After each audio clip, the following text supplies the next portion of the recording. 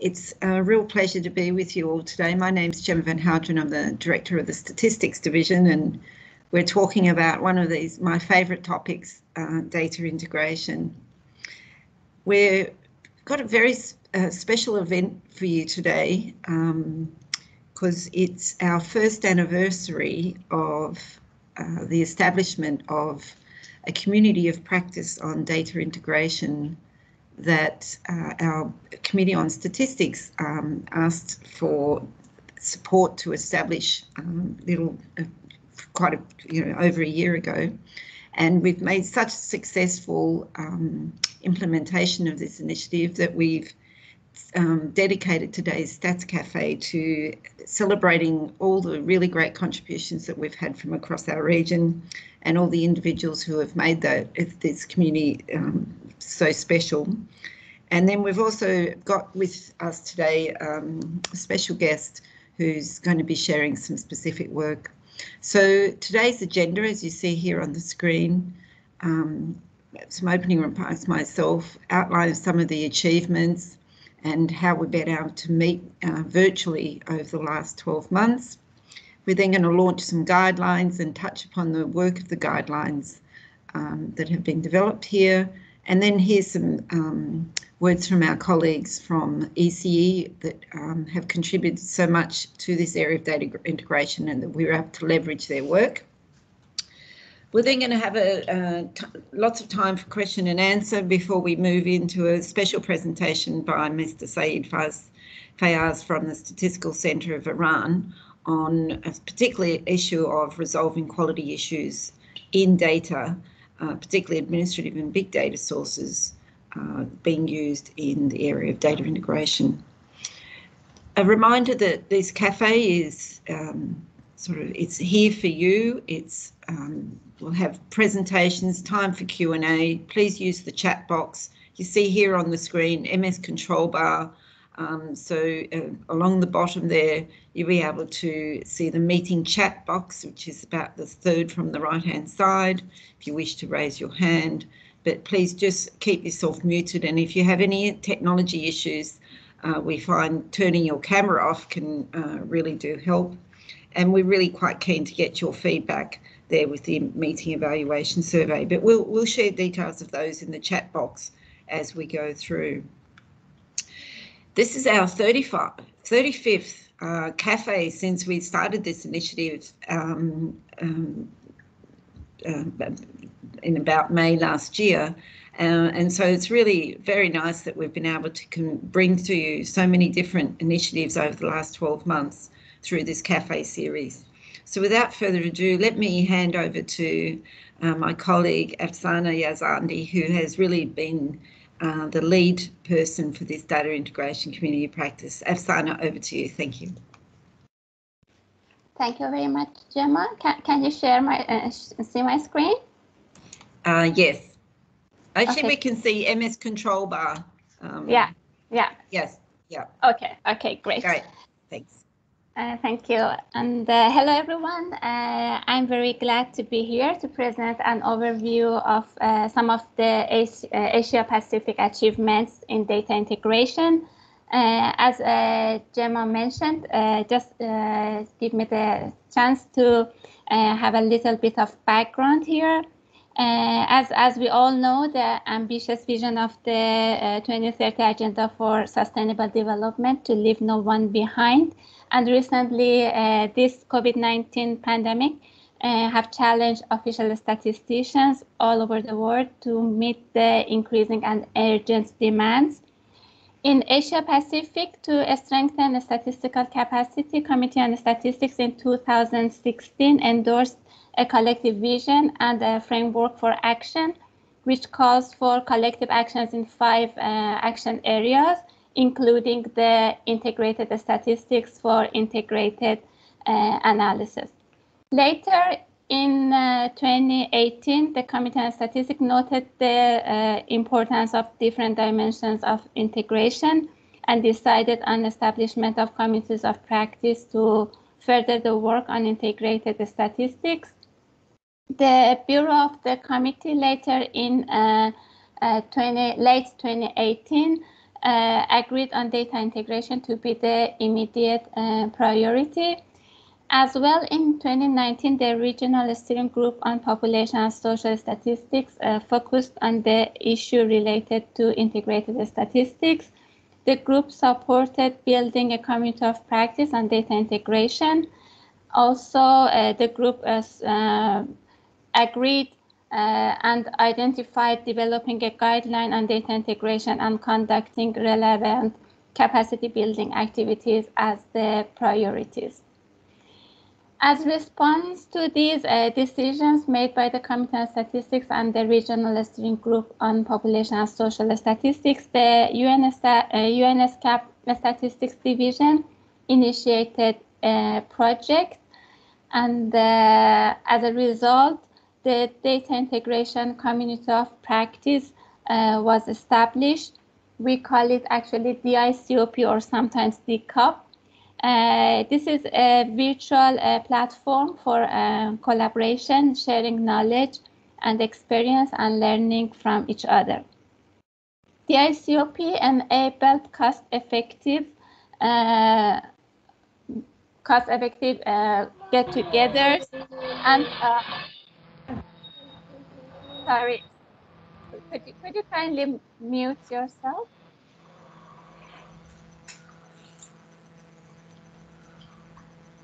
Alex, could you? Thank you so much.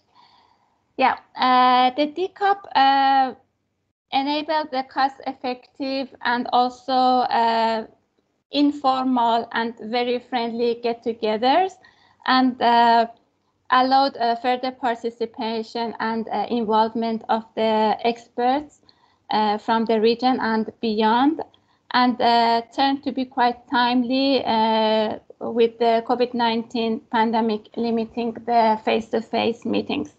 My colleague Jessica will later provide more details about the DCOP.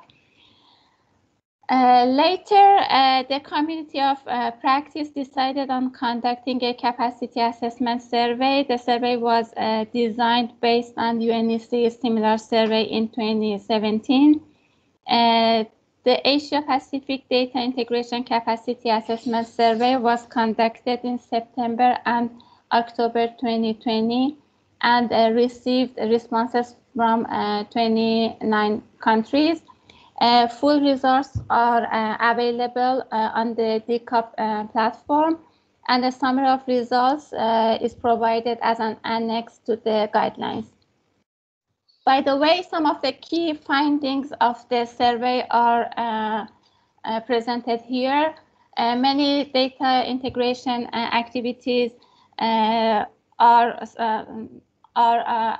already happening in the region, and a strong aspiration is available for furthering the work on the data integration.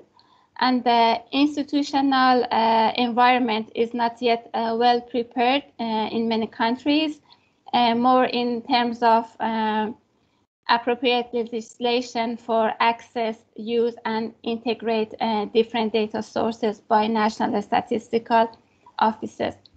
And the other finding is that capacity building is highly required. To build capacity on data integration in region, 2 rounds of regional workshops were conducted virtually that targeted official statisticians at both management and expert level from national statistical offices and also other parts of the national statistical systems. And there were also Stats Café sessions organized on topics relevant to data integration. In addition to those, more than 35 relevant experience were shared at 25 regular DCOP meetings. As the knowledge products, we have developed on the top of the list. We have developed the Asia-Pacific guideline to data integration for official statistics. That we are going, as Gemma mentioned, we are going to formally launch it today, and my colleague Jenin will later provide some more details on it. And beside that, we had stat briefs and blogs, which are available on the ESCAP Statistics Division's website. And many relevant resources are available on the DCAP platform. Now, Data Integration Committee of Practice are developing a plan for way forward to advance the data integration in the region. I stop here and invite you all to watch a short video clip on the first anniversary of the Data Integration Committee of Practice, which has been prepared by help of my colleagues Panita and Pim, and also contribution of some of the DCAP members. Yeah, Panita, could you please?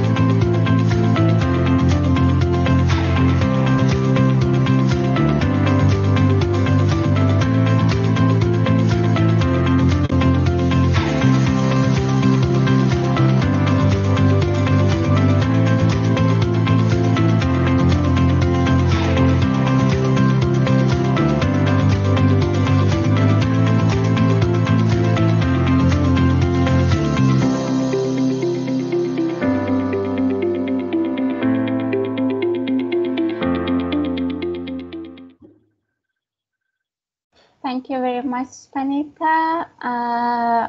Now I hand over to my colleague, Jessica. Thank you, Efsane. Thanks, Efsane. What a great video. It's a pleasure to be joining you here, everyone. Hello. It's great to be celebrating this first anniversary. I'm going to take you on a very brief tour of our virtual meeting spaces. So our spaces were established in April 2020 ahead of our first virtual meeting in May, and it's an online space for sharing knowledge and experience around data integration. And we're looking at really two ways in which we collaborate, and one is through the virtual platform that I'm going to quickly show you, as well as virtual meetings, and both have been a really key part of bringing this community together. And it's really provided a timely and cost-effective way of meeting that will complement our other ways of working together, and it's obviously been particularly relevant during this time of the COVID pandemic. This is our homepage, which is regularly updated with announcements and information about upcoming events. The whole site is built using Confluence, which is a commercial product for online collaboration. And why did we use Confluence? Well, there's really three reasons we chose that platform. One is it has the features that we were looking for, and it's very customizable. We can create online forms, there's blogs, we can share files and use wiki pages to work together on documents online.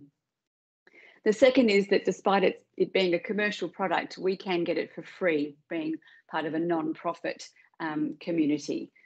And the third reason is that it's familiar. It's already being used by the statistical community through the UNECE, the United Nations Statistics Division, and others.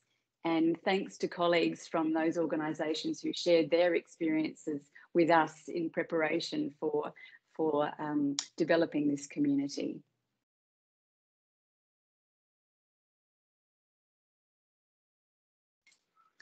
Our community space is a closed one, so you need to be registered to be able to access it, which means we know who's in our community but you can share this link with others, and they will fill out this form, and it is checked by ESCAP. So joining the community is relatively easy. And once you are registered and have access, it's very easy to skip over this process and be signed in and get into the content straight away. So back to our homepage, and I'm just going to show you 3 features of our online platform. And the left-hand navigation is where you go to move around the site. The first feature I want to emphasize is our space for shared resources. This is an area where we can upload files. You as members can upload files, and ESCAP can certainly help you if you're unsure where to put something. So we have a number of presentations and papers available here, and links as well, and you can browse by different topics, but you can also use the search feature, which is quite powerful to find different resources. The second area I want to show you is our meetings page. So a very important part of this community is the regular virtual meetings that we have, and the slides from those, as well as recordings of the presentations and discussions, are all available to you on this online platform. You can go into the meeting notes for each meeting, click on this image to access the slides, and you can download them and reuse them for as your own resources. And of course, you can also click on this meeting record link in each of the meetings and access the recording. The third and final area I want to emphasize in this virtual platform is the guide to data integration. And that will be launched in a moment, and you'll hear more about that. But this platform has enabled us to work together on the content of that guide, and also to run the survey that provided great inputs to that. And we can use this platform in the future for collaborating on other products, and the features that enable you to edit the pages directly or to add comments to discuss the content can be a really powerful way of us working together. As the video showed, in the last 12 months, the community virtual space has received over 10,000 views. I think there's huge potential for this space to grow and change and adapt to the needs of this community. And of course, it's important, we're getting very good at working together online, and it's more important than ever that we build on that momentum of being able to collaborate so effectively online. And I look forward to seeing how this community grows and evolves in the future. Thank you, Afsane. Thank you so much, Jessica. And now, Gemma, I hand back to you for the lunch. Shall we use the... Thank you very much, Afsana. Yes, so it's my great pleasure to launch the Asia-Pacific Data Integration Guidelines today. We have a short clip to celebrate the launch, but as you heard from both Afsana and from Jessica, this has been a monumental, major milestone for the community of practice, and really pleased that we've got our colleagues here with us from UNECE. So let's officially launch these guidelines, play a short video, and then I'll hand over to Janine, who'll step us through. Thank you very much. Back to you, Panita, for the clip.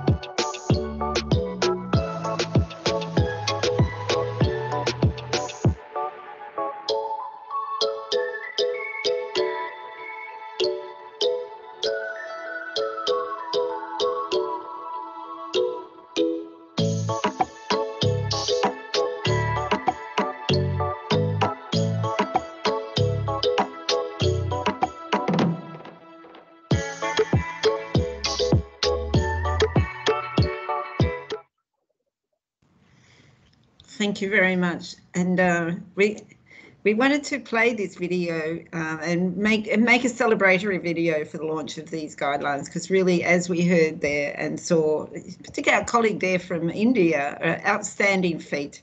So well done. Congratulations, everybody. I'm now going to hand over to Janine Borrowick, who well, the community all know Janine well, and she's been really very fundamental to helping us produce these Asia-Pacific guidelines. So, Janine, it's a real pleasure to hand over to you. Thank you. Thank you very much, Gemma. Yeah, so, well, congratulations to everyone involved in developing the guidelines. I thought I would just take you through a few of the details about the guidelines, and perhaps it might stimulate some questions and some interest. So, first of all, why do we need these guidelines, and why do we need a set of the guidelines for the Asia and Pacific? As has been said, the base of the guidelines came from the UNECE's work with modern stats. Some things have changed, I guess, since we first developed those initial guidelines. And so what we realised is that we needed to really meet 4 requirements. One thing that hasn't changed too much is the demand for new and improved statistics, having ways to combine existing expertise with new approaches, having ways to combine surveys with other data. So many areas of our institutions already do that, but many areas have not got as much experience. The whole explosion of geospatial and big data, and just using existing data instead of collecting it, or as well as collecting it, particularly in this era of COVID. So we've needed, as a community of official statisticians, to continue to innovate, and there's some urgent and evolving demands. We need to compete with other statistics providers. We've got the challenge of COVID-19, which really does add additional issues to running our businesses. We've got the challenge of the Sustainable Development Goals and the need to measure progress against those. And basically we need to speed up, reduce costs, and demonstrate the capabilities of official statistics. Thirdly, we need to develop the capacity of our people. So if we want to do the first 2 things, make more use of existing data to create more new and improved statistics, if you want to innovate, we need to develop the capacity of our people.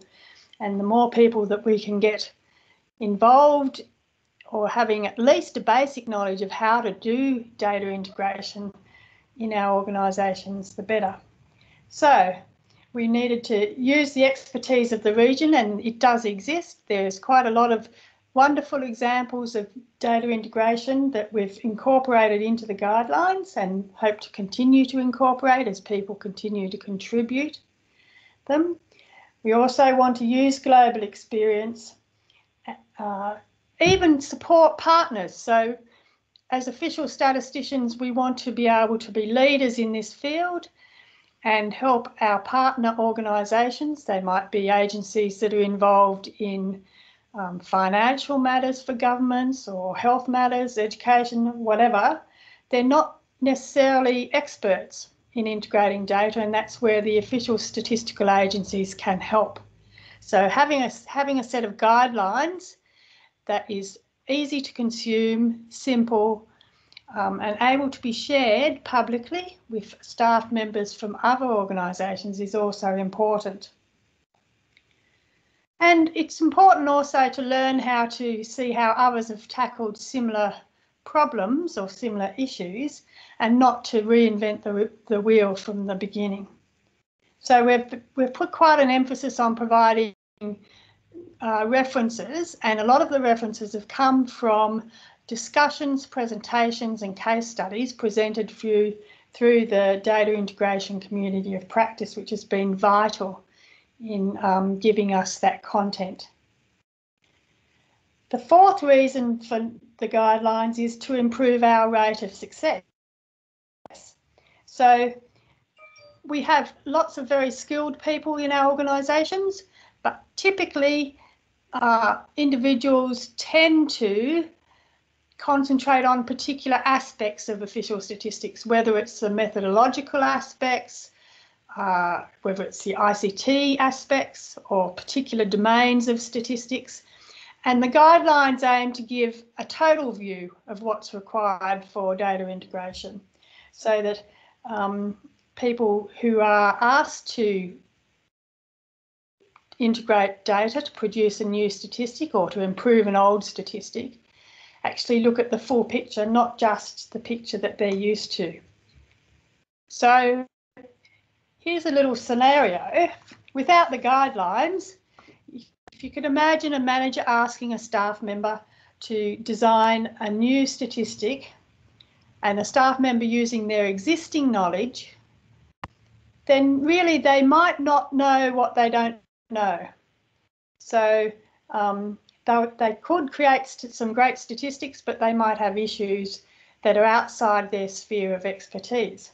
With the guidelines, if a manager asks a staff member to read the guide first or early on in the process, then the staff member can combine their own knowledge with the knowledge that's in the guide and use that to help build an appropriate team for the task, for the project at hand. So if the staff member has a particular bent towards, for example, methodological issues, they'll know that there's also ICT issues, there might be communications issues, there might be issues with partners or with institutional setup, and it will just help them think broadly about what the likely issues might be and to address them before they become a problem. And it also develops their own capacity into the future, so that next time they're asked to do a data integration project, they'll have that broader view, and to impress their managers and others, including our partners. So from that point of view, we're publishing the guide so that it's public, so that any member of an official statistics agency, or in fact anyone, will have access to the guide and be able to use it for any data integration task. It's not going to provide every single answer, but it does give that full view of the sorts of things that you need to consider. Now, as was mentioned, the initial version of the guide came from the Modern Stats program.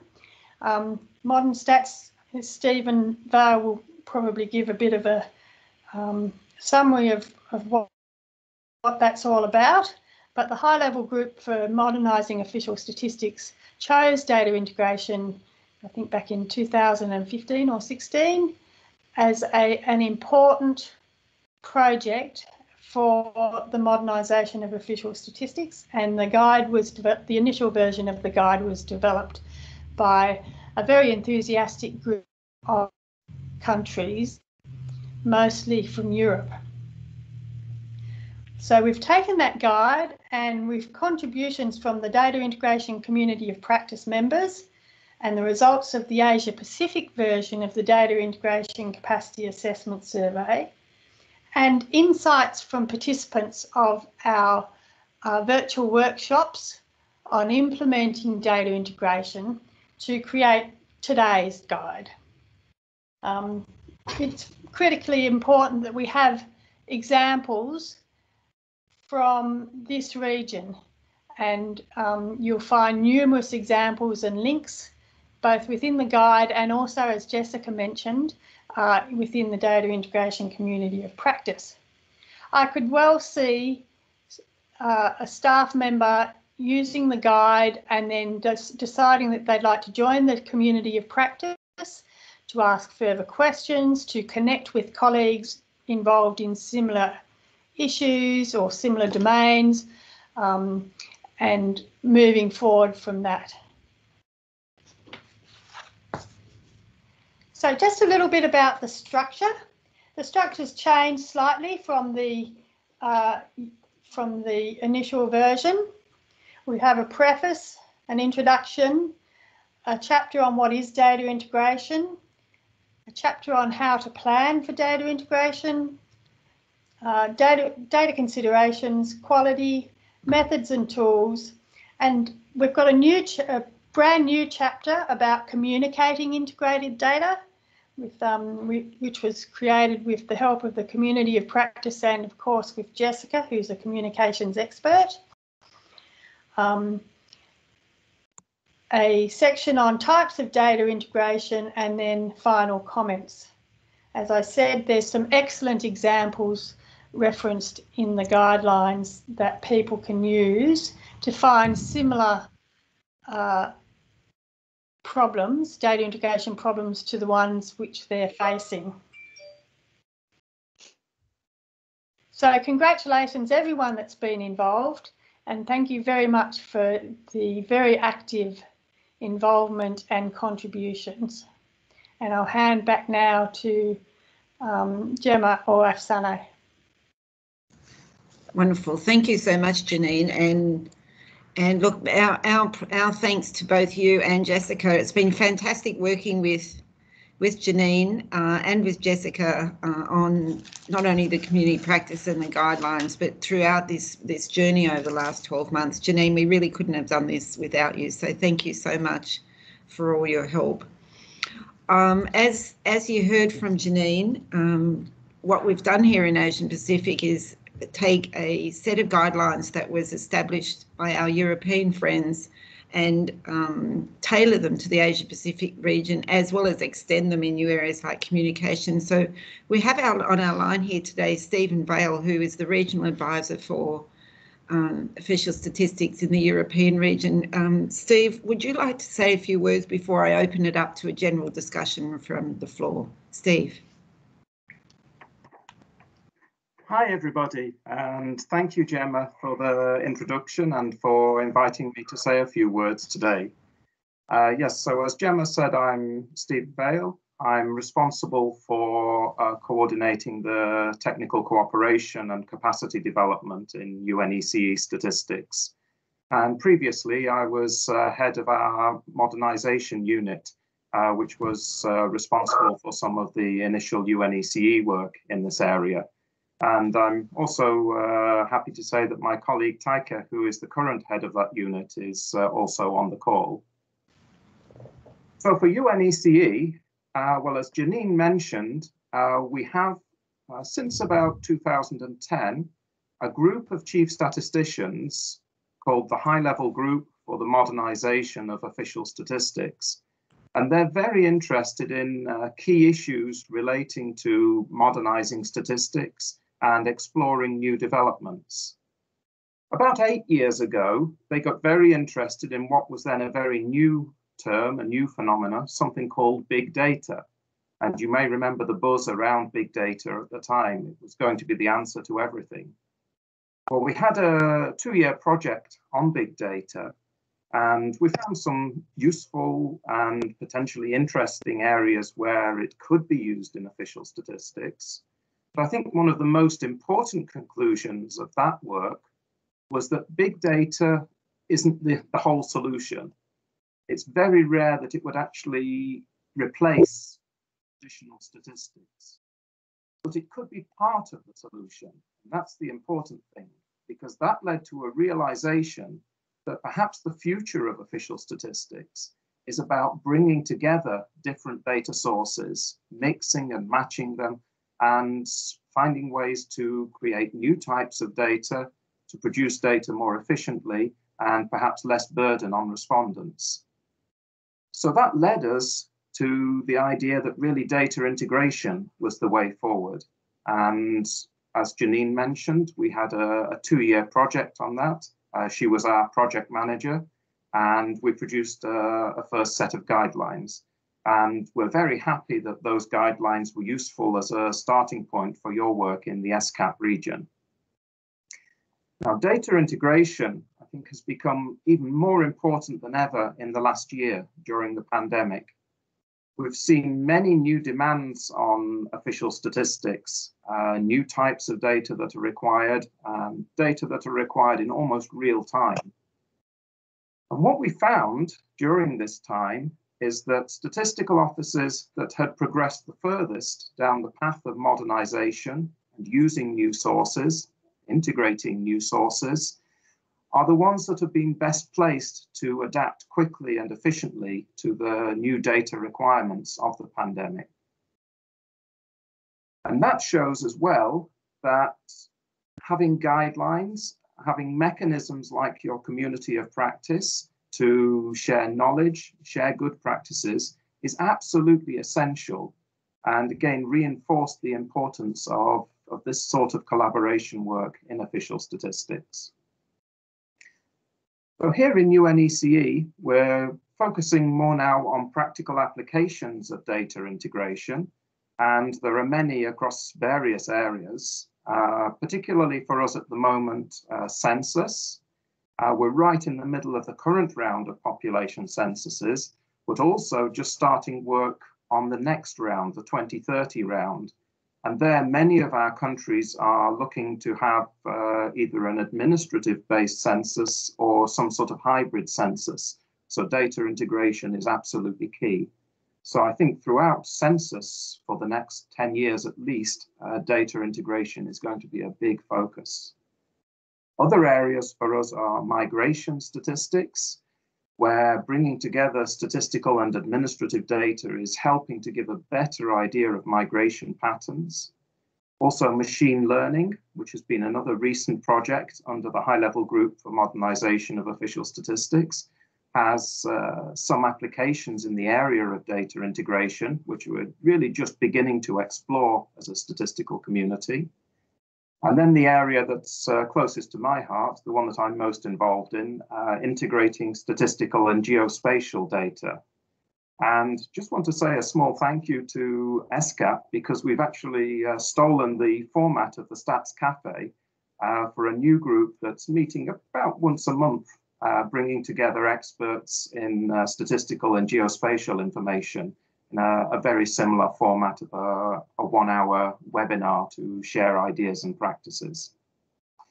So I'd just like to conclude by saying that I think it's becoming increasingly clear that data integration is the way forward for official statistics. And the work in ESCAP with the guidelines and the community of practice are extremely important and very timely in this respect. I noticed in one of Afsana's slides earlier, she had a picture of a statistics brief, and it was called Integrated Statistics, A Journey Worthwhile. And I think that is so true, so important for the future of official statistics. So I'd like to finish by congratulating ESCAP and the community of practice, Jessica and Janine, who I've had the pleasure to work with many times over the years, and everybody involved in these guidelines. I think it's a wonderful achievement and something that's going to be extremely useful for the official statistics community. Thank you. Thank you very much, Steve. Thank you very much for those really great words, and to remind us that, yes, it is a journey. We're really pleased that you started the journey, and we're really pleased that we can continue it and continue it together across our regions. We have some time now to open up to the audience before we move to our next speaker. Is there anyone who would like to? I've been monitoring the chat function, and there's a few comments and thoughts in there, but is there anyone who would like to contribute to the discussion at this stage? I'm staring at the participants list, so let me see if I have a few. I can't see any hands up, so you can put your hand up, or if you prefer, you could put in the chat box, you know, I'd like to speak, please, and I'm very happy to move to you. But was there anyone who was in the community of practice? We saw some testimonials there from our friends in Indonesia, India, SPC. Is there anyone who would like to take the floor here at this stage? Can I come? Marlene from Malaysia, over to you. Oh, no. Ashutosh, yes, over to you. Thank you. Thank you. Thank you. And well, you're just on mute, Ashutosh. Sorry. Yeah. Thank you, Ms. Gemma, Afsane, then Jessica, Jenin, Alec, Panita, and the entire ESCAP team, and dear friends from different countries. Myself, Ashutosh Oja from NSO India. This is an emotional moment for me, as I consider myself as one of the founder members of the DI-COP. And very much associated with this community since beginning. I'm really overwhelmed with the success of this community practice, and would like to thank all the members of the group for their participation and the positive responses throughout the year. My hearty congratulations to the entire ESCAP team for the success. India wishes to continue as a member for this noteworthy initiative in future also.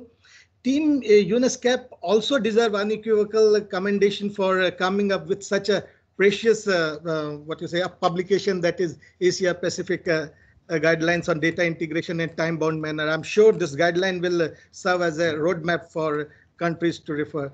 And we expect some more workshops from ESCAP for the countries and some whole handholding also.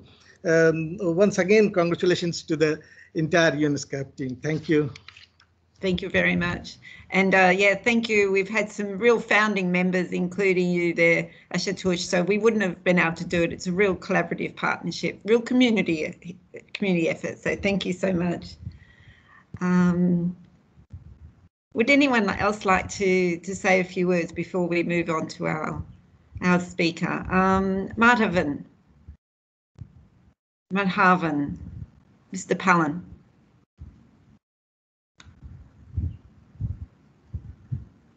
We can't hear you. Sorry, I was on mute. Hello, everyone. This is Madhavan here.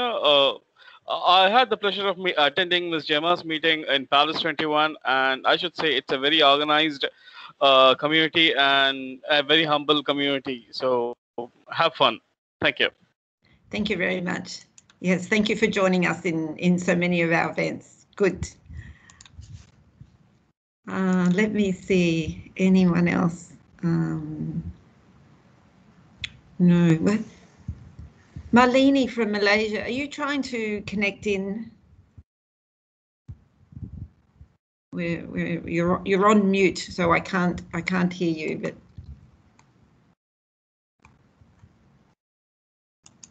okay. I think not. So let's thank you so much again for everybody. It's now my pleasure to move us to a second part, and please, I'm really pleased to have our colleague Saeed Rehez from the Statistical Center of Iran join us now. You may recall that we held an Asia-Pacific Statistics Week last year, where we had many interesting presentations, and many of these presentations we worked on to progress to a journal quality paper in the Statistical Journal of the IAOS. And Saeed has prepared a paper with his colleague Rezes on the application of improving data quality to support data integration. So Saeed has pre-recorded his presentation, then will join us following it for Q&A. So Panita, can I please ask you now to bring on Saeed's presentation? Thank you. Gemma, just one thing before we start, Saeed. We will take a group photo at the end of this cafe. So everyone, please be ready, prepared to open your camera. And now, Panita. Thank you.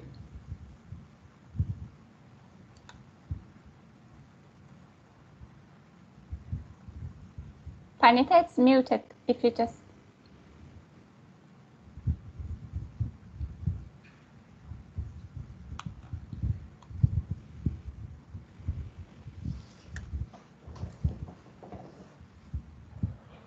In the name of God, the compassionate, the merciful. Warm greeting to everyone and welcome to this session, and thank you, the organizer, for the invitation. Quickly, I would like to draw your attention to the topic of innovations that deal with the quality issues when we are going to use administrative and big data sources for production of official statistics. But still, there are a wide range of challenges accompanied with the integration process. The first is data is collected for administrative purposes rather than the statistical purposes. So it is inevitable to face with many inconsistencies in different datasets. The second, errors can be compounded when there are multiple characters in a native language, such as Farsi, with the same meaning. The third, different incomparable coding system, for example, between the custom code and the statistical office coding system in case of the import and export price indices. The last item, but not least, is difficulties in categorizing the description of merchandises, as recorded in the custom organization registers, into internationally classified group. So, to come up with these challenges, we proposed two solutions. The first is using machine coding algorithms with the ASCII coding system and test the algorithm on a sample from the household income and expenditure survey. The second is using text mining technique for categorizing and grouping and test the algorithm on import and export merchandise price indices.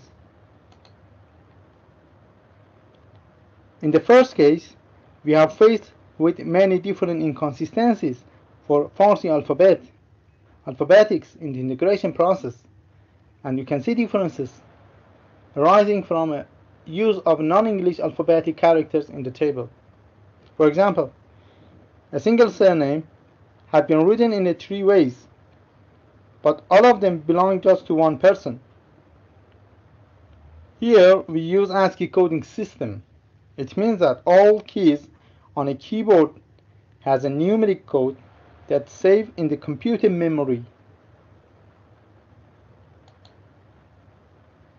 So in this picture, you can see the artificial keyboards of both Farsi and ASCII keyboards. On the top is a Farsi keyboard with example of a surname in different writing methods, and it can be converted to the ASCII code as a string of an ASCII number.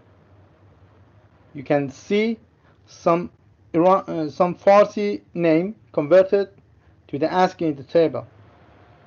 It's worth mentioning that all keys, not just alphabets, can convert it to the ASCII code.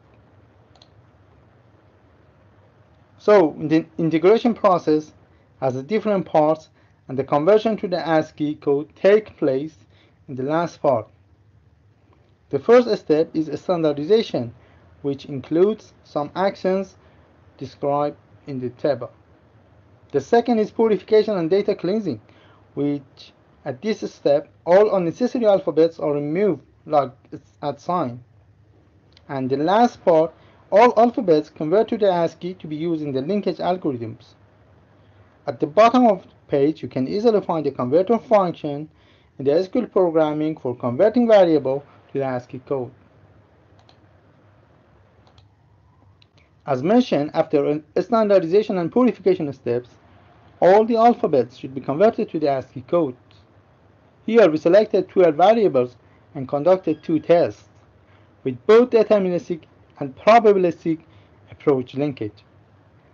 As it can be seen in the diagram, in the test 1, the personal identification number, or PIN number, as a primary key in the linkage process added to the sample. In the both basic and ASCII conversion, 513 records matched. It means that when PIN number is available, there is no difference between the basic and converting to the ASCII method. In the left-hand side, and the lack of PIN number and the probabilistic approaches, in the basic method with the 3 variables and threshold similarity of 90%, 421 records matched, which with the converting to the ASCII and 2 variables and the same similarity thresholds, 633 from 750 were matched.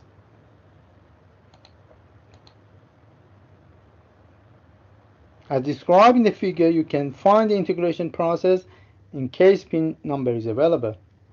In this case, the result was the same, although ASCII process has an additional level. Also, in integration with the ASCII code, the final dataset has maximum data from both datasets. In the graph, also, the results for both tests both to make a sense about the effectiveness of the ASCII method.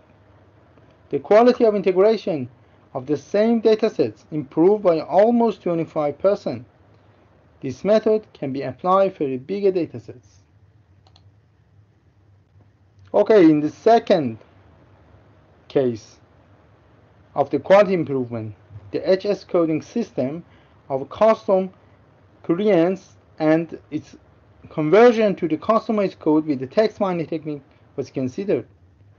This coding system, it is necessary part of producing the price indices and inflation in the import and export merchandises. In the page, the 6th digit of the HS coding system is shown, and you can find also different merchandises for each 2-digit group. In order to make customized code, which has more consistencies with Iranian products, 2 more digits added to HS code, converting it to the 8-digit codes. These 2 digits also related to the description of the goods showing attributes of goods. In order to calculate accurate price indices based on the 8-digit codes, comparative prices should be calculated, and it would be necessary that each 8-digit code should have identical attributes between the 2 different periods. So here 2 big problems. The first is there are some remarkable challenges of different types of goods as well as redundant characters, resulting to low efficient linkage. So if the linkage is applied based only on 8-digit codes, the calculated indices will be misleading and biased. The second is Iranian custom datasets is a large dataset with more than 400,000 records are received on a daily basis. This makes it impossible to eye control and review and the data for inconsistency between the custom attribute set descriptions with one period and another.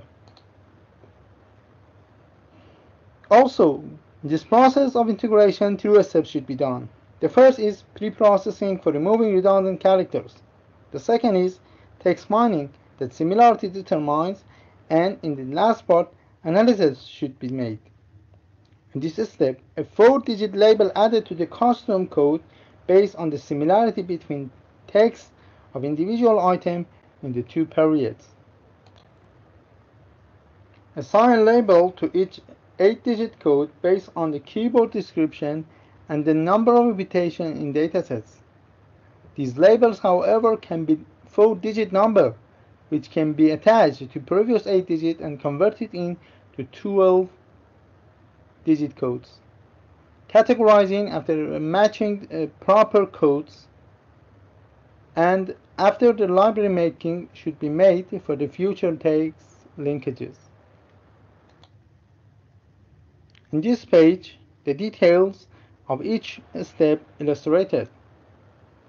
For example, the stemming for removing the redundant characters is available in the R programming.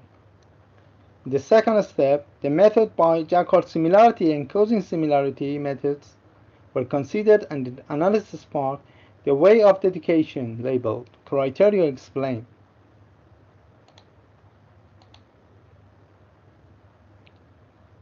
So different steps of MPI and XPI price indices with innovative methods described in this flow diagram. In the basic method, the step 1 and step 3 used, while in innovative approaches added the step 2 to the process. The first step is include data collection, data preparation, calculating the unit value, and detecting outlier. In the step 2, data preparation, similarity detection of text, label operation, and calculation of the relative prices based on the degree of similarity for each record. And step 3, removing outliers, calculating of relative prices for each 8-digit code, calculation of price indices, and finally, MPI and XPI and inflation. The final result for both price indices and inflation presented in these graphs. Totally, the result with innovative approach is more sensible and closer to the prices variation in the market than basic methods. Finally, in conclusion, both innovative approaches focus on the integration process, either through converting the alphabets to the ASCII code or tracing the merchandises through text mining and labeling. Both methods result in better outcomes and higher quality of integration. These methods are just experimental and can be developed for other non-English countries to dealing with the administrative and big data sources. And thank you for your attention, and thanks to Ms. Van Harderen and Mr. Matthew for all helps and supports. Thank you. Wonderful. Thank you so much, Saeed, and thank you so much for pre-recording that for us today. So just to reiterate why this was such an important thing to showcase today was two things. The first one is, in our region here in Asia Pacific, we have so many different languages, and the first innovation that Saeed showed there was how to convert Farsi, in the case of Iran, the Farsi language, to a standard alphabet, so to facilitate the data integration. So this innovation is very applicable to so many countries in our region who also do not have a standard alphabet. The second innovation, which was Reza's innovation there, was the use of text mining, and we just heard from ECE about the machine learning, but the importance of text mining to basically automate the process of commodity coding in these large import and export data sets that are used in all of your statistical systems for trade statistics. So the two innovations here shared by the Statistical Center of Iran are really quite innovative, not just for Iran, but also for our region, where the use of big administrative data sets, and we need to be able to code them, whether it's commodity coding, product coding, industry coding, whatever type of coding you need to do to these administrative data sets. So I do hope that you can also all learn from Saeed and Reza's work, and I'll put in the box here now a copy to their paper, which is publicly available and goes into the content more. I am conscious that, Saeed, we don't actually have much time for questions, and I think it would probably best not to go into any real technical questions here because of the time, but thank you so much, Saeed and Reza, for a wonderful job. Welcome. So the paper also available in the IAS journal, and everyone who wants looking to the details about the process can send an email to receive the much details about the process and integration. Yeah, wonderful. Thank you very much, Saeed. Afsana, maybe I'll hand back to you now. I'm just conscious we're turning on the hour. You might want to quickly get everybody but back to you, Afsana. Thank you. Yeah, thank you very much, Gemma, and everyone, and all the participants, and all the members of the community, and all my colleagues who helped this happen. And now I just ask everyone to turn on your cameras, and Panita, are you ready to take a photo of us? Yes, I'm waiting for opening the camera with like on lipstick or makeup. Yeah. So please feel free to open your cameras. We are going to have a group photo together. for the celebration today.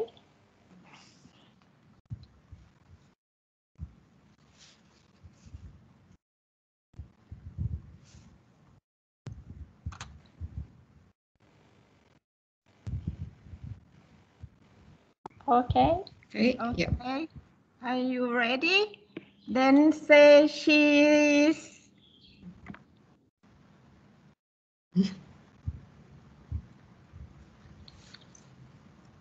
Maybe one more. One more, Panita. Yeah. Okay. Big smile. Okay. Thank you. Thank you Thank very you much. very much. Thank you so much. Thanks, everyone. Thank you, so much. Afsana, and all others. Thank you very much, everyone. Bye. Bye. Thanks, Bye. everyone. Thank you. Thanks, Bye. Ashish.